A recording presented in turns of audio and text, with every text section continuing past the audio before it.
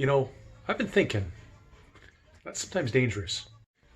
A little earlier today, I was doing a review on a little Pioneer receiver, and it got me thinking about this guy down here in the bottom, this Bryston.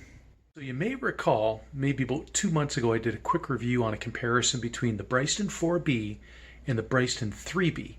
Undisputably, Canadian royalty when it comes to home audio and pro audio at that. The Bryston was my very first high-end amplifier as a young kid. And nostalgia is a pretty powerful thing. There's a good chance Bryston just might be my kryptonite. Perhaps it was time for a change. The NRB. Welcome to the Vintage Vibe. So here's the deal. I found one. And the price was just right. And it was it was calling my name. I just had to adopt it. You do the same thing, wouldn't you? Tipping the scales at about 44 pounds, the NRB is Class AB2. Over 250 watts at 8 ohms, 400 watts at 4 ohms, and the thunderous 800 watts bridged in one channel at 8 ohms.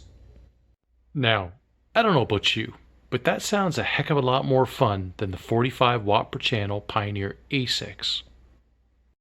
Looking like it's sculpted from one solid block of aluminum, the NRB sure is one looker. So the NRB is a little bit deeper. It has the absence of a couple heat sinks, and on the back, you've got balanced and unbalanced inputs with the addition of nice banana terminals for the speakers and a detachable power cord. Nice and neat. So why a ground lift switch? Well, Bryston knew that many of these amplifiers were going to find their ways into professional usage, studios, or even be brought on the road. When you start introducing lots of patch cords and different lengths of them at that, it's a high possibility or probability that you might pick up a ground loop and get what we call a 60 hertz hum. Now, interestingly enough, I've never had one before, at least in this house, until I did a renovation down here, and I've been picking up something. Not only was my transformer slightly buzzing, which is sometimes the sign of dirty power, but I was getting an audible hum through the speakers. Thank goodness for the switch, because with the flick of the switch, it was like magic. Disappeared. Dead quiet. So let's take a peek inside this Canadian legend. And although 5 pounds lighter than the old 4B due to the new transformers, the unit actually had a larger storage capacity in the power supply, and that had to do with a higher rail voltage, as well as the addition of 4 4700 UF capacitors per side. What did this all mean for the 4B? Well, the new NRB, it meant for lower distortion, as well as a much tighter, a better grip in the bottom end, as described. Let's talk a little bit more about how this amplifier actually sounds. So the NRB is definitely different sounding than the prior 4Bs. There's a couple real notable differences right off the start. So a couple noticeable differences right off the start. The older 4B, to me, the top end is brighter. It's more forward. It sounds more like you're using a sound reinforcement amplifier. It's not as refined.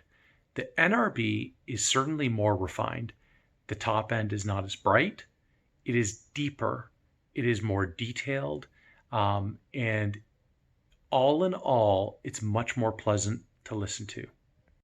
So what else do we notice?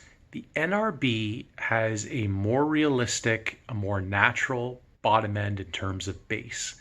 Now I'm going to attribute this to the stiffer power supply in the amplifier and the fact that there's reduced distortion in the design overall. The amplifier, the bottom end, has better grip to it, if that's the word we want to use. It has more authority to it. Again, it plays deeper. It plays more natural.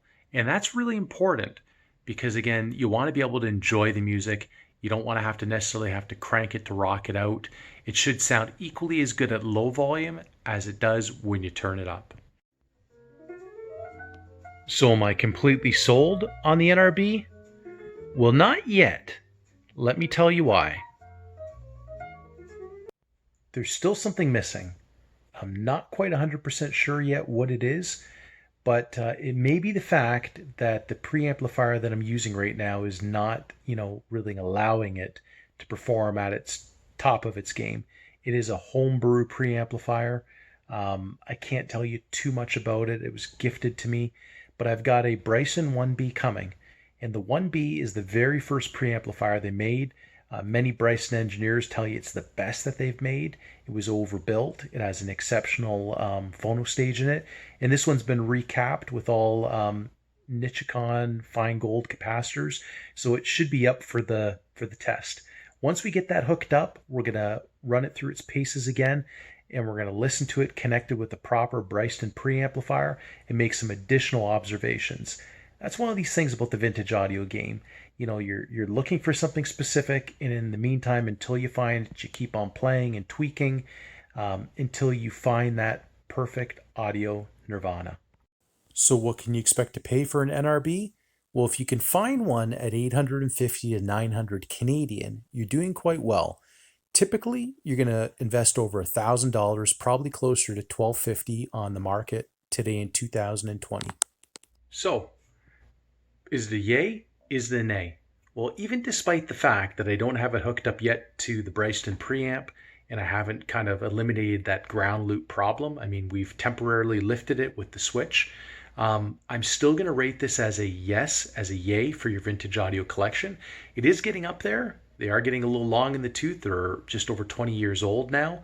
But if you are going to buy a Bryston, a used Bryston, and it's not an SST or an ST, and you're looking at an older generation, in my opinion, the extra couple $100, the NRB far exceeds, it far outperforms the older 4Bs.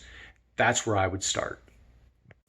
So thanks for joining on the Vintage Vibe, and please leave your comments below if you are a Bryston fan. I'd love to hear about it. And until next time, like and subscribe.